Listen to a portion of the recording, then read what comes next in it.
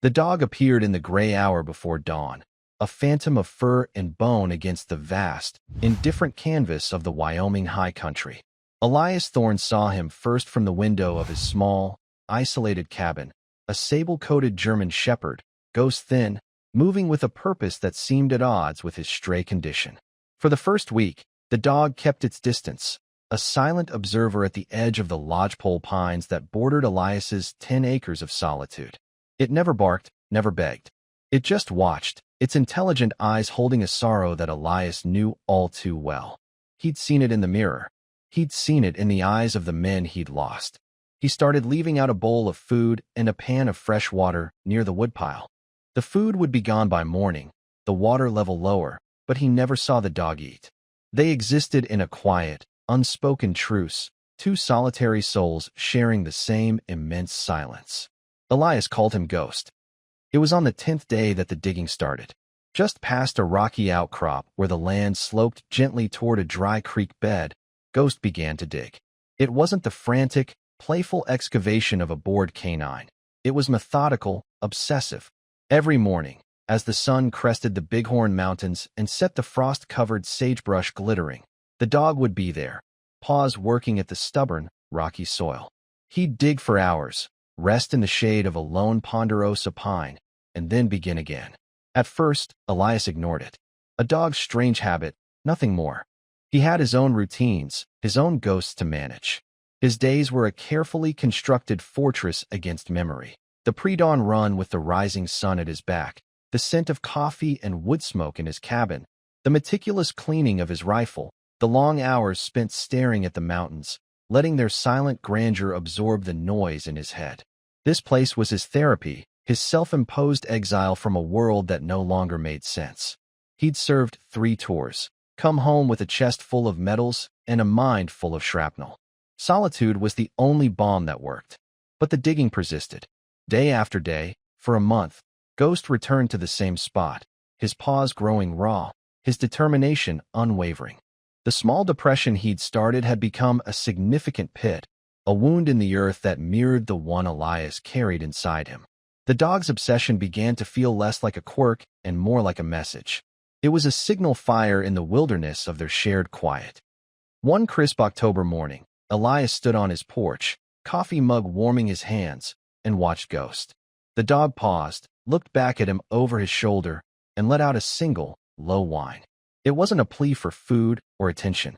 It was an invitation, an insistence. Elias let out a long, slow breath, the vapor pluming in the cold air. He had come here to be left alone, to bury his own past. But this dog, this stray with the old soul eyes, was asking him to dig something up. Something in that quiet summons resonated with the part of him that was once a leader of men, a man who never ignored a call for help. He set his mug down on the railing. He walked to the shed, the crunch of his boots on the gravel the only sound in the vast stillness. He pulled a heavy spade from its hooks, the worn wooden handle familiar in his grasp. He dug fighting positions in the frozen earth of the Hindu Kush, dug graves for men who were his brothers. He knew the weight of disturbed earth. As he walked toward the dog, the spade resting on his shoulder, he felt a shift in the air, a change in the frequency of his quiet world. The peace he had so carefully curated was about to be broken. Ghost watched him approach, his tail giving a single, hopeful thump against the ground. Elias looked from the dog to the hole, then to the silent, watching mountains. Whatever was down there, the dog was sure it mattered. And for the first time in a long time, Elias Thorne decided to trust the instincts of another living being. The ground was unforgiving, a stubborn mix of clay and stone, baked hard by the summer sun and now chilled by the advancing autumn. Elias drove the spade into the earth where Ghost's efforts had left off, the steel blade ringing against buried rock. He worked with an economy of motion learned in harsh environments, leveraging his weight, using his legs, conserving energy. Ghost sat a few feet away, panting lightly, his gaze fixed on the growing hole. He was no longer digging, his role as instigator complete. Now he was the supervisor, a silent foreman on a project of vital importance. For the first hour, Elias found nothing but more rock and compacted dirt. Sweat beaded on his brow despite the morning chill, and the muscles in his back and shoulders began to burn with a familiar ache. It was good pain, clean pain. It crowded out the other kind. He thought about stopping, about telling the dog he'd humored him long enough. This was foolish. He was a 38-year-old veteran with a bad knee and a worse head, digging a hole in the middle of nowhere because a stray dog told him to. The absurdity of it was a bitter taste in his mouth. He paused, leaning on the shovel, and wiped his forehead with the back of his glove. Ghost whined again, a soft, urgent sound. He crept closer and nudged Elias's hand with his nose, then looked pointedly at the hole. The dog's eyes were clear, intelligent, and filled with a certainty that shamed Elias's doubt. He grunted and went back to work. He dug deeper, the pile of excavated earth growing beside the pit. The sun climbed higher, warming his back. He fell into a rhythm, the scrape and thud of the shovel a steady percussion against the silence. It was mindless work, and it let his mind wander. He saw the dust of Kandahar, felt the phantom vibration of a Black Hawk's rotors. He heard the clipped, calm voice of his team sergeant, a man who now existed only in memory and a folded flag in a box in his closet. He'd come here to escape all that, to let the past fade into the landscape. Yet here he was, digging, as if trying to unearth a memory he'd sworn to keep buried. Then it happened. The spade struck something that wasn't rock. It wasn't the high-pitched ping of steel on granite, but a dull, hollow thump. The impact vibrated up the handle into his arms. He stopped, frozen. Ghost rose to his feet, a low growl rumbling in his chest, his ears erect and pointed forward. Elias knelt at the edge of the hole, his heart beating a little faster. He scraped away the loose dirt with his gloved hands. What he uncovered was a flat, dark green surface. Plastic. He cleared more soil, his movements becoming more urgent. It was the top of a case, a large, heavy-duty Pelican case, the kind the military used to transport sensitive equipment. It was about the size of a footlocker, with reinforced corners and heavy-duty latches. A cold dread, sharp and familiar, trickled down his spine. This wasn't a lost toolbox. This was deliberately hidden. This was trouble. He used the shovel to pry and lever the case from its grave. It was heavy, heavier than it should be, and sealed tight against the elements. It took him the better part of 20 minutes to wrestle it free from the compacted earth and haul it to the surface. He dragged it out of the hole and onto the flat ground, his breath coming in ragged bursts. The case was caked in dirt, but otherwise intact. On the side, stenciled in faded white paint, was a single word, Brandt. Ghost approached the case cautiously, sniffing at its edges. He didn't seem afraid of it, but regarded it with a kind of solemn recognition. It was the source of his obsession, the thing he had spent a month trying to show Elias. Elias's tactical mind, long dormant, began to fire on all cylinders. Who was Brandt? Why bury this case on a remote piece of land he'd bought specifically for its isolation? He looked around, his gaze sweeping the tree line, the distant road, the empty sky. The feeling of being watched, a phantom sensation he'd lived with for years, suddenly felt very real. He grabbed the handles on the case and began to drag it toward his cabin, a distance of 200 yards that now felt like miles.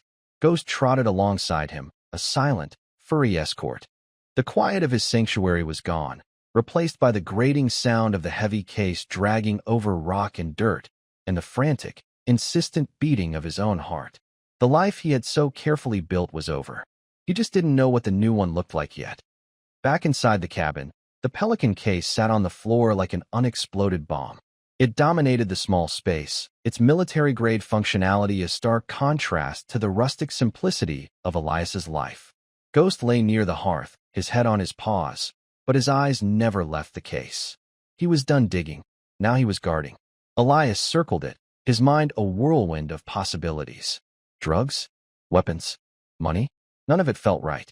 The dog's behavior, the methodical nature of the burial, it all pointed to something else. Information. Something someone wanted hidden desperately. The case was secured with 2 combination locks. Amateurs, Elias thought. A real pro would have used something harder to bypass. He went to his workshop, a small, meticulously organized corner of the cabin, and returned with a set of tools. He didn't bother trying to guess the combination. He chose a small, hardened steel punch and a ball-peen hammer. It was a brute force method, but quiet and effective. He positioned the punch on the shackle of the first lock and gave it a single, sharp, expertly placed strike.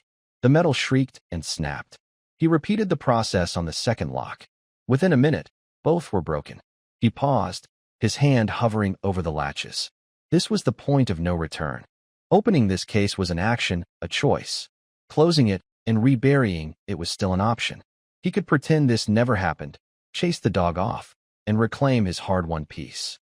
He glanced at Ghost. The dog's gaze was steady, unwavering. In those intelligent brown eyes, Elias saw an appeal. It was the same look he'd seen from a young Afghan interpreter whose family was threatened by the Taliban. A silent plea for protection from a man with the power to provide it. Elias had not failed that interpreter then, and a deep, instinctual part of him refused to fail this dog now. He let out a breath. He didn't realize he'd been holding and unfastened the 6 heavy-duty latches. The lid hissed as the vacuum seal broke, and he lifted it open. The contents were not what he expected. There were no weapons, no bricks of cash. The case was tightly packed with binders, thick stacks of paper held by rubber bands, and several external hard drives nestled in custom-cut foam. At the very top lay a smaller, leather-bound journal. Elias lifted the journal out first. It felt personal. The leather was worn, and the pages were filled with dense, neat handwriting. He opened it to the first page. My name is Dr. Aris Brandt. I am a senior geologist for TerraVex Energy. If you are reading this, it means I have failed, and they have found me. A chill, colder than the Wyoming wind, snaked its way up Elias's spine. He looked at the names stenciled on the case, then back at the journal. Brandt. He kept reading. The journal, dated over a year ago, was a detailed chronicle of a man's descent into a nightmare. Dr. Brandt had discovered that TerraVex, a massive and politically connected energy corporation, wasn't just fracking in the foothills of the Bighorns. They were using an illegal, highly toxic chemical cocktail in the process. And worse, they were deliberately fracturing shale layers that led directly into the region's primary aquifer. They were poisoning the water for the entire valley, including the nearby town of Sage Creek, for the sake of maximizing profit. Brandt had compiled the data, the proof. He'd confronted his superiors, who had first offered him a promotion and a hefty bonus to stay quiet. When he refused, the threats began. Subtle at first, corporate intimidation, veiled warnings. Then they escalated. His car was run off the road. His home was broken into. He knew they were going to kill him and make it look like an accident. The journal's final entries were frantic, filled with paranoia that Elias recognized as chillingly rational. Brandt had made copies of all his data, packed it into this case, and driven into the wilderness to bury it. His last entry was heartbreaking. I have to leave my boy behind. I can't risk him being used against me, or being caught in the crossfire. He's the best dog a man could ever ask for. I hope someone finds him. I hope someone finds this. My last act is to trust in a stranger's goodness. Elias closed the journal, his knuckles white. He looked at Ghost, who was now sitting up, watching him intently. The stray. The dog who had appeared out of nowhere. Dr. Brandt's dog. He hadn't been a stray at all. He'd been waiting. He'd been guarding his master's last will and testament. The dog had stayed near the burial site for over a year, waiting for someone, the right someone, to come along. Someone he could trust. Elias looked from the dog to the case full of evidence. This wasn't just trouble anymore. It was a responsibility. A legacy. Dr. Brandt had died trying to protect the people of this valley. He had trusted in a stranger's goodness. And his dog, his loyal, determined Ghost, had chosen Elias to be that stranger. The silence of the cabin was no longer peaceful. It was heavy with the weight of a dead man's plea in the future of an entire community. The weight of the discovery settled on Elias not like a burden, but like a familiar piece of gear. It was the rucksack, the body armor, the rifle. It was a mission. For the first time since he'd been discharged, the world sharpened into focus. The vague, undefined enemy of his trauma was gone, replaced by a clear and present threat, TerraVex Energy. He spent the rest of the day methodically going through the contents of the case. The binders were filled with geological surveys, chemical analyses, and internal company memos. The language was technical, but the meaning was clear. The memos, in particular, were damning. They detailed a deliberate corporate strategy to falsify environmental impact reports and bribe local officials. Names were mentioned. Dates were recorded. It was a comprehensive indictment.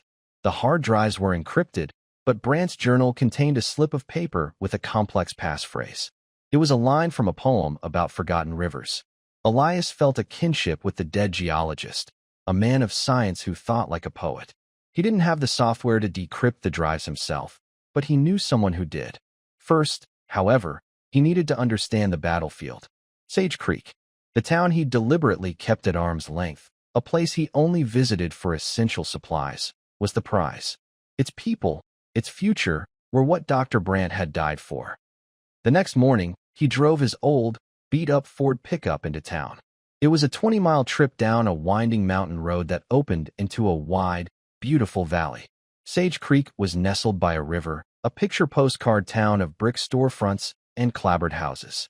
It looked peaceful, idyllic, but Elias now saw it through a different lens. He saw the mothers pushing strollers, the old-timers drinking coffee at the diner, the kids playing in the park. He saw the water tower with Sage Creek painted on its side. He saw all the people drinking the poisoned water, completely unaware of the danger flowing from their taps. It ignited a cold, protective fury in him. He parked in front of the general store, his movements casual, but his senses on high alert. Every detail registered. The new, black Chevy Tahoe with government plates parked near the town hall. The two men in ill-fitting suits getting coffee, their eyes scanning the street with a practiced, predatory stillness. They weren't locals. They were corporate security or something worse. He went into the store and bought a week's worth of supplies, things he didn't really need. He exchanged a few pleasantries with the owner, a man named Henderson, whose family had run the store for 3 generations. Elias kept his words clipped and noncommittal, but he was listening, observing. His real destination was the building next door, the Sage Creek Veterinary Clinic and Animal Shelter. A small sign in the window read, Dr. Sarah Jenkins. He'd never had a reason to go in before. He pushed the door open, a small bell jingling overhead. The place smelled clean, a mix of antiseptic and animal fur. A young woman with intelligent, kind eyes and reddish-brown hair tied back in a messy bun looked up from behind the counter. "Can I help you?" she asked. "Looking for some information," Elias said, his voice quiet. "I found a stray. German Shepherd. Male. Sable coat. Been hanging around my property." Sarah's expression softened. "That sounds like him. We've had calls about a shepherd up in the national forest for the better part of a year. Never could get close to him. He's healthy. He's thin, but strong," Elias said. "Smart. Too smart for a stray. Some of them are," she said, leaning on the counter. "Especially shepherds. They bond for life. If he lost his person, he might just be waiting." Her words hit him with the force of a physical blow. Waiting. That's exactly what Ghost had been doing. "He have a collar? Tags?" Elias asked, feigning ignorance. No one who called ever saw one. The assumption was his owner was a hiker who got lost in the park last fall. There was a search, but they never found him. A geologist, I think. The official story was he likely fell in a remote canyon. A geologist. Aris Brandt. The official story. Elias's jaw tightened. Did this geologist have a name? Sarah frowned, thinking. Brandt, I think. Arthur, or Aris. Something like that. Sad story. The sheriff's department handled it. The sheriff? Yeah, Sheriff Miller. He's fairly new. Transferred in from Cheyenne about 18 months ago. 18 months. Just before Brandt's disappearance. Another piece clicked into place. The timing was too perfect. Elias nodded slowly. Thanks for the information. As he turned to leave, Sarah said, "If you decide you can't keep him, bring him here. We'll find him a good home. A dog like that deserves a second chance." Elias paused at the door. "He's already got one," he said, and walked out, leaving Sarah looking after him with a curious expression. Back in his truck, Elias's mind raced. A new sheriff arriving just before the whistleblower disappears. Unidentified corporate muscle in town. A cover story that was just a little too neat. This wasn't just a corporate crime.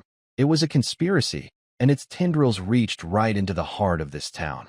As he drove out of Sage Creek, he saw the black Tahoe pull out and follow him, keeping a professional distance.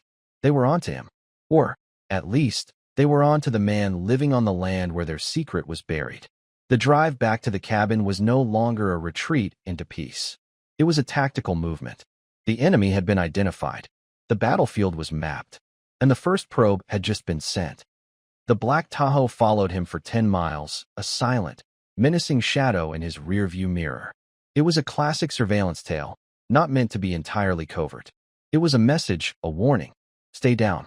We see you. At the turnoff to the unpaved road that led to his property, Elias pulled over, got out, and began checking his tires, feigning a problem. The Tahoe slowed, then sped past, its tinted windows revealing nothing.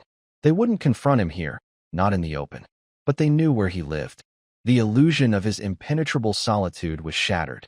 Back at the cabin, Ghost met him at the door, not with a wagging tail, but with a low, guttural growl, his gaze fixed on the road. He'd heard the vehicle long before Elias had seen it. "I know, boy," Elias murmured, resting a hand on the dog's powerful neck. "They're here." The feeling was sickeningly familiar. It was the quiet moment before the storm, the unnerving stillness before an ambush. He'd felt this in the Keringal Valley, a sixth sense that had kept him and his men alive more than once. His training, buried under layers of trauma and a desire for peace, resurfaced with breathtaking clarity. He was no longer just Elias Thorne, damaged veteran. He was Sergeant Thorne, team leader, and this cabin was his firebase. He spent the afternoon securing his position. It wasn't about paranoia, it was about procedure. He checked the sight lines from his windows, noting the natural cover and the open fields of fire. He placed small, unobtrusive markers, a pile of stones here, a broken branch there, at precise distances from the cabin, 100, 200, 300 meters. He brought in extra firewood and filled every available container with water from his well. He cleaned his weapons, a civilian model M4 carbine, a Remington 870 shotgun, and the Sig Sauer P226 he'd carried in the service. He field stripped them on his kitchen table, the scent of gun oil sharp and strangely comforting. Each movement was precise, ingrained in muscle memory. As he worked, a specific memory broke through, vivid and unwelcome. He was outside a village near the Pesh River. A local elder had warned them about strangers in the area, men who didn't belong. His platoon commander had dismissed it. That night, a coordinated attack came from 3 sides. They were pinned down for 18 hours. They lost 2 men. Elias had learned a hard lesson that day. Never ignore local intelligence, and never underestimate an enemy's willingness to be brutal. Ghost whining brought him back to the present. The dog was standing at the window, the fur on his back ridged, his body rigid. Elias moved to his side, peering through the glass. A vehicle was approaching. It wasn't the black Tahoe. It was a white pickup truck with the county sheriff's department logo on the door. It pulled to a stop at his gate. A man in a crisp uniform got out. He was tall, with a politician's smile that didn't reach his eyes. Elias recognized him from the picture in the town hall. Sheriff Miller. Elias opened the door and stepped onto the porch, his stance relaxed but ready. Ghost stood beside him, silent but radiating menace. "Afternoon," Miller said, his smile widening. "Sheriff Miller. Just doing a wellness check on some of our more remote residents before the first big snow hits. I'm fine," Elias said, his voice flat. Miller's gaze swept past Elias, trying to see inside the cabin. His eyes lingered on the Pelican case, which was partially visible near the fireplace. "Heard you got a new dog," the sheriff said, his tone casual. "Found a stray up here. That'd be the one folks have been seeing for a while. Good on you for taking him in. Mind if I come in for a moment? It's a long drive back. I'm busy," Elias said, not moving from the doorway. He wasn't offering a challenge, just a fact. The space was his, and Miller was not welcome in it. The sheriff's smile finally faltered, a flicker of annoyance in his eyes. He looked from Elias's unyielding face to the dog's bared teeth. "All right then. Just checking. You have any problems, you give us a call. I won't have any problems," Elias said. The words hung in the air, a clear statement. Miller gave a tight nod, got back in his truck, and drove away. As the truck disappeared, Elias knew with absolute certainty that Miller was not a legitimate lawman. He was on the payroll. The wellness check was a reconnaissance mission. He'd been sent to assess the man living on Brandt's property and to see if anything had been disturbed. And he had seen the case. The timetable had just been moved up. The sun began to set, painting the sky in fiery strokes of orange and purple. The beauty of it was lost on Elias. He was watching the shadows lengthen, calculating angles of approach. The night would bring the real test. He let Ghost out for a final run, then bolted the door. He didn't turn on the lights, allowing his eyes to adjust to the deepening gloom. He sat in his armchair, the shotgun across his lap, and waited. The house was silent save for the ticking of a grandfather clock and the soft breathing of the dog at his feet. Outside, the wind whispered through the pines, a sound that was no longer soothing but filled with secrets. He was alone, outnumbered, and standing between a ruthless corporation and the truth. It felt, terrifyingly, like coming home. The first step was to turn the enemy's intelligence against them. They knew he had the case. Sheriff Miller's visit confirmed that. What they didn't know was what he planned to do with it. He needed to get the information off his property and into the right hands, but he couldn't trust local law enforcement, and a trip to the nearest FBI field office in Cheyenne was a 200-mile drive through hostile territory. He was isolated, an island, but even islands have bridges. He pulled out a satellite phone he kept for emergencies, a relic from his past life that he paid a small fortune to keep active. He powered it on, the familiar beep a small comfort in the oppressive silence. He scrolled through a heavily encrypted contact list until he found the name he was looking for. Echo, Specialist Marcus Chun, callsign Echo, had been his unit's communications and tech wizard. The man could pull a signal out of a rock and break encryption that would make the NSA sweat. More importantly, he was loyal. Elias hadn't spoken to him in 2 years, but some bonds didn't fray with time. He sent a single, coded text message, Thunderhead inbound. Need a forecast? Acknowledge. It was a phrase they'd used in Afghanistan to signal a high-threat situation that required off-the-books technical support. The reply came back in less than 5 minutes. Send it. I'll read the weather. Elias set up his laptop, connecting it to the satellite network. The process of uploading the encrypted hard drives would take hours, a slow, vulnerable trickle of data. As the first drive began its transfer, he turned his attention back to the physical evidence. He couldn't risk keeping the original documents in the cabin. He needed a dead drop, a secure location away from his primary position. He packed the binders and Dr. Brandt's journal back into the Pelican case. Then, under the faint light of a crescent moon, he and Ghost slipped out the back of the cabin. Ghost moved like a shadow, his paws silent on the pine needles. Elias moved with the practiced stealth of a man who had spent years operating in darkness. He carried the heavy case to the edge of his property, to a place he'd scouted years ago, a small, dry cave hidden behind a thicket of wild currant bushes. It was barely a hollow in the rock face, but it was weatherproof and invisible to a casual observer. He placed the case deep inside, covering the entrance with fallen branches. It wasn't perfect, but it was off-site. If they came for the cabin, they wouldn't get the proof. He returned to the dim light of his home and the slow, agonizing crawl of the upload progress bar. The hours ticked by. He sat in the dark, listening. Every gust of wind, every skittering animal sound, was amplified, analyzed, and dismissed.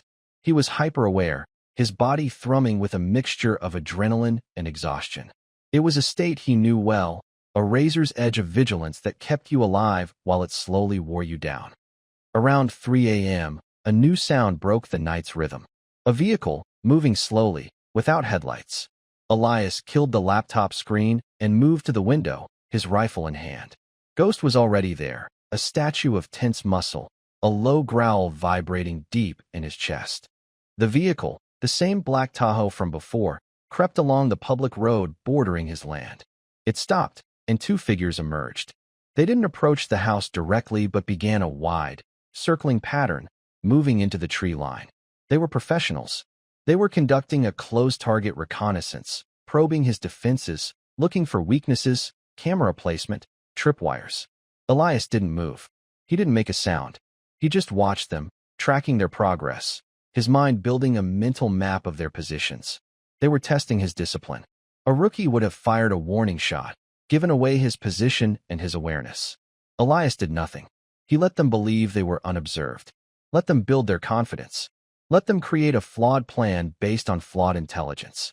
After 30 minutes that felt like an eternity, the 2 figures returned to their vehicle and drove away as silently as they had come. The immediate danger had passed, but Elias knew it was just a prelude. They would be back, and they would come in force. The sun rose a few hours later, casting long shadows across the valley. The hard drive upload was finally complete. A new message from Echo was waiting. Got the package. This is bad. F5 tornado bad. Who are these people? Elias replied. TerraVex Energy. CEO Marcus Slade. The response was almost immediate. Slade? Elias, this is out of your weight class. He's connected. Political donations, lobbyists, retired generals on his board. This isn't a corporation, it's a shadow state. They won't send deputies next time. They'll send hitters, I know, Elias typed. Just decrypt the data. Find the smoking gun. I need something I can leak that will burn them to the ground. Copy. Echo replied. Going dark. Watch your 6-inch. Elias shut down the laptop. The digital part of his mission was in motion. Now he had to survive the physical one. He looked at Ghost, who was watching him with an almost human understanding.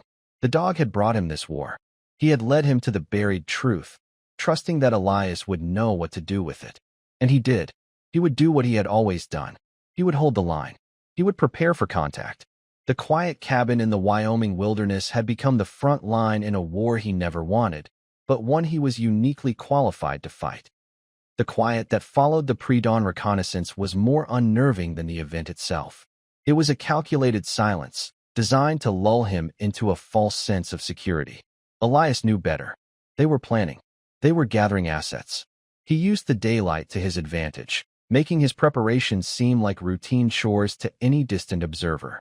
He chopped wood, but he did it near the southern approach to the cabin, allowing him to survey the open ground. He checked the fence line, but his focus was on identifying potential choke points and dead ground where an enemy could approach unseen. He was a performer on a very dangerous stage. Late in the afternoon, a car he didn't recognize, a modest sedan, not a threatening SUV, drove up his lane. Elias watched it from the window, his hand resting on the Sig Sauer holstered at his hip. The driver was a woman. It was Sarah Jenkins, the veterinarian from town. He cursed under his breath. A civilian. Here. Now. This was a complication he could not afford. He met her on the porch, his expression a mask of neutrality. Ghost, recognizing her scent or perhaps her gentle nature, did not growl, but stood close to Elias, watchful. Mr. Thorne, she began, looking nervous but determined. I'm sorry to intrude.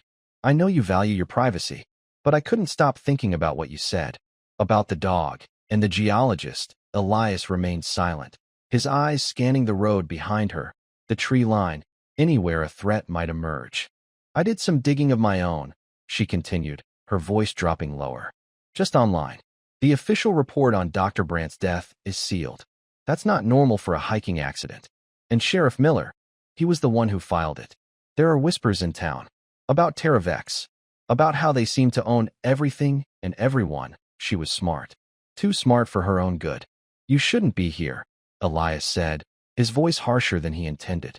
It wasn't a threat, it was a warning. I know, she said, not flinching. But I also run the animal shelter. I've seen firsthand how many pets are getting sick. Cancers, neurological issues. It's been getting worse over the last year. And the town's water, people have been complaining. The official word is it's just hard water, mineral deposits. But what if it's not? She looked at him, her eyes pleading. The dog, Ghost you called him? He led you to something, didn't he? Something to do with Dr. Brandt. Elias felt a surge of respect for her, and a greater surge of fear. She had just walked into the middle of a minefield. Before he could answer, his instincts screamed. A glint of light, high in the trees on the ridge overlooking the cabin. Sunlight on glass. A lens. A spotter. They were here. Get inside, he said, his voice low and urgent. He grabbed her arm, pulling her toward the door. What? What? Now, Sarah. Get inside and stay away from the windows. He shoved her into the cabin and followed, locking the door behind them. Ghost was already bristling, a deep growl emanating from his chest. What's going on? Sarah asked, her voice trembling with fear. You were right, Elias said, moving to the window, keeping to the shadows. You were right about everything. And they know you came here. He saw movement in the trees. 2 men, dressed in tactical gear, moving with professional discipline. This wasn't the probe team from last night. This was the assault team. Echo's warning echoed in his mind. They'll send hitters. There are 2 men, southwest ridge, moving to flank the house, he said, his voice slipping into the clipped, precise cadence of a combat leader. They have a spotter, probably with a long gun. That means there's a team of at least 3, probably more on the main road to cut off escape. He looked at Sarah, who was pale with shock. I need you to go into the cellar. The door is in the kitchen floor. It's not a shelter, but the walls are thick. You'll be safer there. I'm not leaving you, she said, her fear being replaced by a stubborn resolve. This is my fight too. No, it's not, he shot back. You're a civilian. I'm not. Go. He didn't have time to argue. He expected them to wait for darkness, but they were moving with the arrogance of a superior force. Maybe Sarah's arrival had forced their hand. They wanted to contain the situation, and now she was part of it. He heard a faint crackle from a small, handheld radio he'd left on the counter. It was a cheap scanner, but he'd modified it to pick up a wider range of frequencies. It was picking up their comms. Encrypted, but he could hear the clicks of their microphones. They were communicating, coordinating. The assault was imminent. Suddenly, a new sound cut through the tension. The crunch of tires on gravel. Not a tactical vehicle, but an old, sputtering engine. Elias peered out the front window. It was Henderson, the owner of the general store, in his ancient, rusted-out pickup. He was pulling right up to the cabin, a bag of what looked like groceries on the seat beside him. A wave of despair washed over Elias. Another civilian. Another lamb to the slaughter. Henderson got out of the truck, a friendly, confused look on his face. Elias? Sarah? Saw your car. Sarah? Everything all right? Before Elias could scream a warning, a voice boomed from the tree line, amplified by a bullhorn. Thorne, we know you're in there. We know you have company. Send out the woman and the old man. This doesn't have to concern them. We only want what belongs to us. It was a classic tactic. Isolate the target by offering his companions a false promise of safety. Elias knew that if Sarah and Henderson walked out that door, they would become hostages at best, or be eliminated as witnesses at worst. He grabbed the scanner. He couldn't transmit, but maybe. He keyed the mic on and off. 3 short clicks, 3 long, 3 short. S. Oh, S in Morse code. A desperate, hopeless gesture. What are you doing? Sarah whispered. Jamming their comms. Maybe, he lied. Just a little interference. The voice from the bullhorn came again, colder this time. You have 60 seconds, Thorne. Then we are coming in. Elias looked at Sarah, at the terrified but resolute expression on her face. He looked at Ghost, who stood braced, ready to defend his home, his pack. This was it. The war had come to his door. Stay behind me, he said to Sarah. He chambered a round in his rifle, the sound deafeningly loud in the small cabin. And whatever happens, don't open that cellar door. The 60 seconds evaporated into the tense, cold air. Elias didn't wait for them to make the first move. He knew from experience that the first moments of a firefight were decisive. They would expect him to be hunkered down, waiting. He wouldn't give them that satisfaction. Cover your ears, he said to Sarah. He aimed his shotgun, not at the woods, but at the large picture window facing the southern approach. He fired. The blast of buckshot shattered the glass, sending shards flying outward. It wasn't a shot at an enemy. It was a statement. A breach of his own defenses, on his own terms. It created a new firing port and, more importantly, a psychological shock. An immediate, violent response where they expected fear. Through the now empty window frame, he saw 2 figures dive for cover. He had their attention. A hail of automatic gunfire answered him, rounds thudding into the log walls of the cabin, chewing splinters from the wood. Sarah screamed and dropped to the floor, crawling behind the heavy oak table.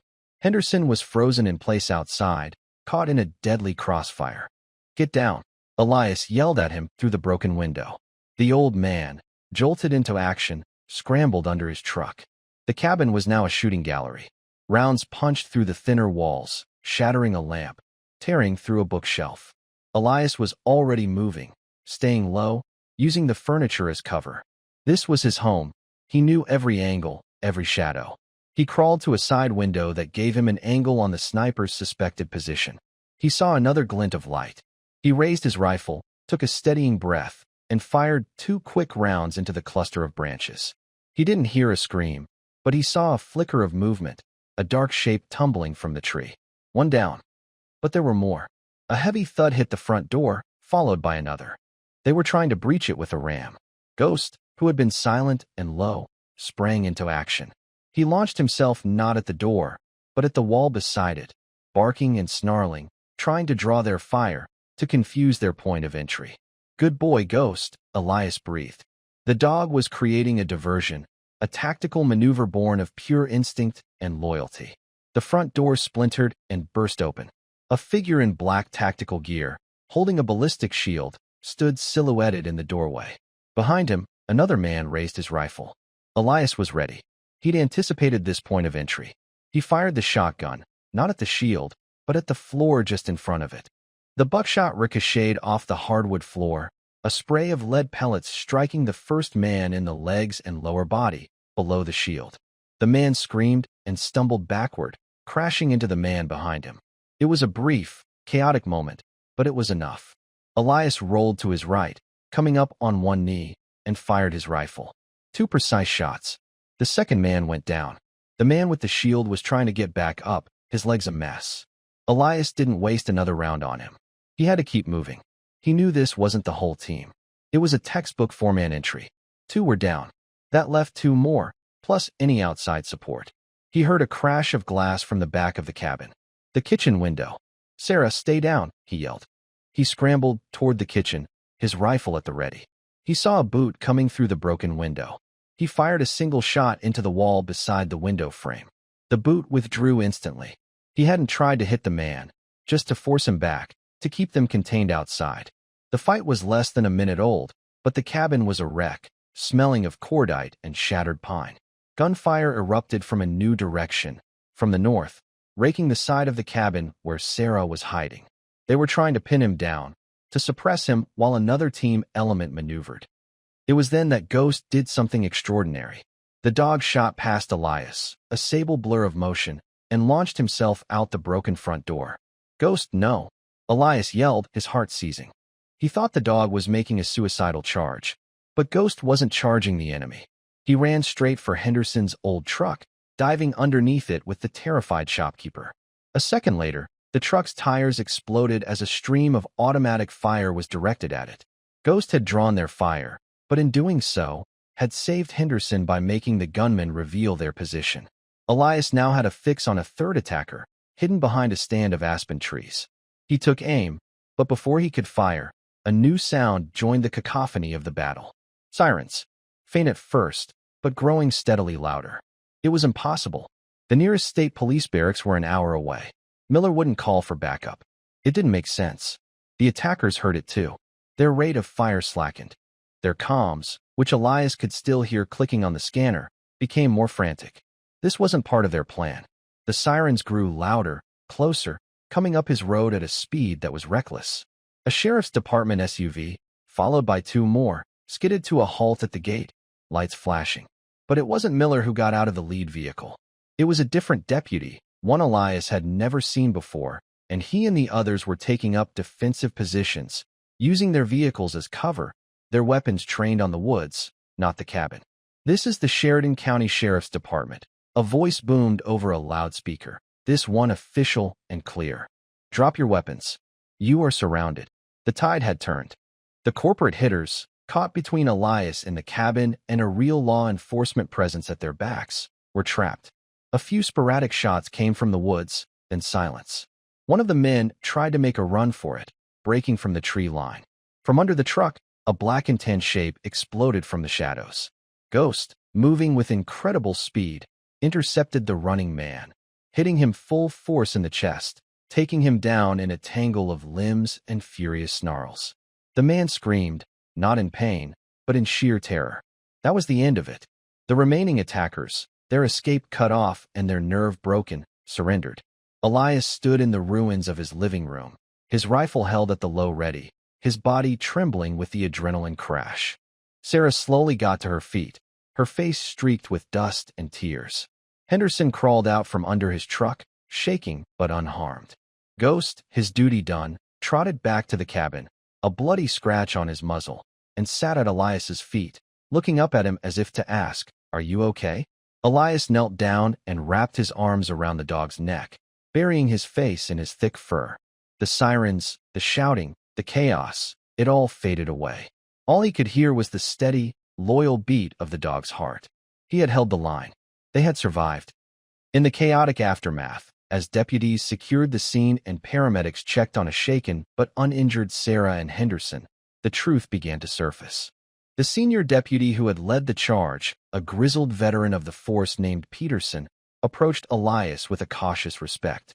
"We got a call. Peterson explained, his eyes surveying the damage to the cabin. A woman, Dr. Jenkins, she called my personal cell. Said you were in trouble. Then we got a scrambled S.O.S. ping on a restricted frequency. It lit up our whole damn board. We didn't know what we were rolling into, but we knew it wasn't good. Elias looked over at Sarah, who gave him a small, watery smile. She hadn't just called the sheriff's office. She had bypassed the compromised Miller and gone to someone she trusted. And his own desperate act with the scanner, his Morse code message in a bottle, had actually worked. It had been picked up not by the attackers, but by the county's emergency dispatch. Sheriff Miller arrived late to the scene, his face a mask of false concern that quickly crumbled when he saw the state police and FBI agents who had been summoned by Peterson. His attempts to take control of the situation were curtly dismissed. Elias, sitting on the edge of his porch while a paramedic bandaged a shallow graze on his arm, watched as two FBI agents quietly escorted Miller to an unmarked car. The conspiracy was already unraveling. The captured mercenaries, facing federal charges, would talk. The data Echo was decrypting would provide the motive, and the binders in the cave would be the final nails in the coffin. Elias directed Peterson to the hidden case, and Dr. Aris Brandt's last testament was finally brought into the light. The days that followed were a blur of federal agents, environmental investigators, and news reporters descending on Sage Creek. TerraVex Energy's stock plummeted. Marcus Slade and several of his top executives were indicted. The story was a national sensation, the lone veteran and his loyal dog against a corrupt corporate giant. But Elias wanted no part of the spotlight. He gave his statement, turned over all the evidence, and retreated back into the shell of his cabin, the bullet holes and shattered windows a stark reminder of how violently his peace had been breached. He worked to repair the damage, replacing windows, patching walls, but the silence he had once craved now felt different. It felt empty. Sarah stopped by a few days later, bringing a thermos of coffee and a box of pastries. She found him on the porch, staring at the mountains. Ghost was asleep at his feet, his paws twitching as he dreamed.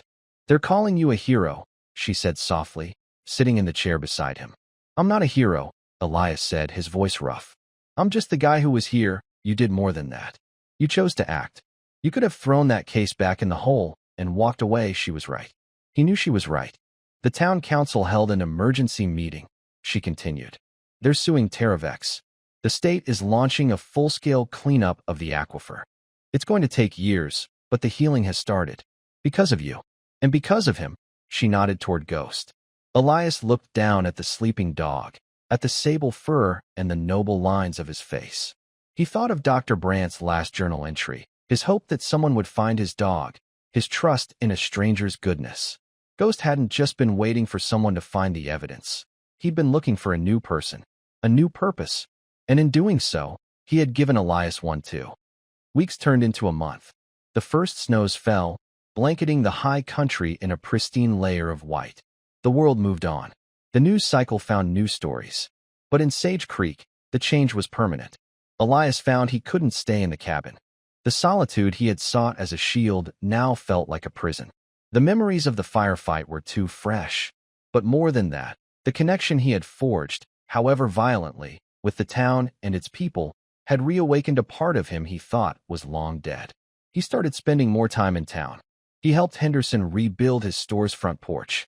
He volunteered at Sarah's animal shelter, his quiet, steady presence calming the most anxious and abused animals. He found a strange peace in mucking out kennels and walking dogs who had been forgotten by the world. He and Ghost became a familiar sight, walking the trails around the valley, no longer as exiles, but as guardians. One crisp winter afternoon, he was at the shelter, fixing a broken gate, when Sarah approached him. "I have a proposition for you," she said, a playful but serious light in her eyes. "The shelter is expanding. We've gotten a lot of donations since the TerraVex story broke. I need a facility manager, someone to handle operations, security, and to run a new program I want to start." "What kind of program?" Elias asked, wiping his hands on a rag. "A program for veterans with PTSD," she said, "pairing them with shelter dogs. Dogs that have been through their own trauma. I've seen what Ghost did for you. I think you could help a lot of people, Elias. You could show them the way back." Elias looked at her, then at Ghost, who was sitting nearby, patiently watching a litter of puppies tumble in a pen. The dog had dug up more than just a box of evidence. He had dug up Elias's life, exposing the foundations of who he used to be, and in the ruins, had shown him how to build something new. He was no longer Sergeant Thorne, the warrior. He wasn't just Elias Thorne, the hermit. He was something in between, someone who could protect and heal. He looked out the window at the snow-covered mountains, the same peaks that had once been the silent witnesses to his isolation. Now, they felt like the walls of his home. He reached down and stroked Ghost's head, the dog leaning into his touch with a contented sigh. "Okay," Elias said, a slow, genuine smile spreading across his face for the first time in years. "When do I start?" The war was over, but the mission, the real mission, was just beginning.